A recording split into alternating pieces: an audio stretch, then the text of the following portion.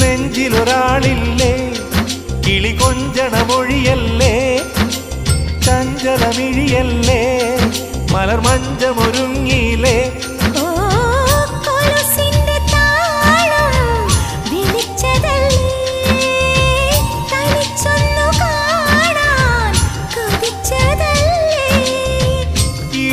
ഇടവഴിക്കാട്ടിലെ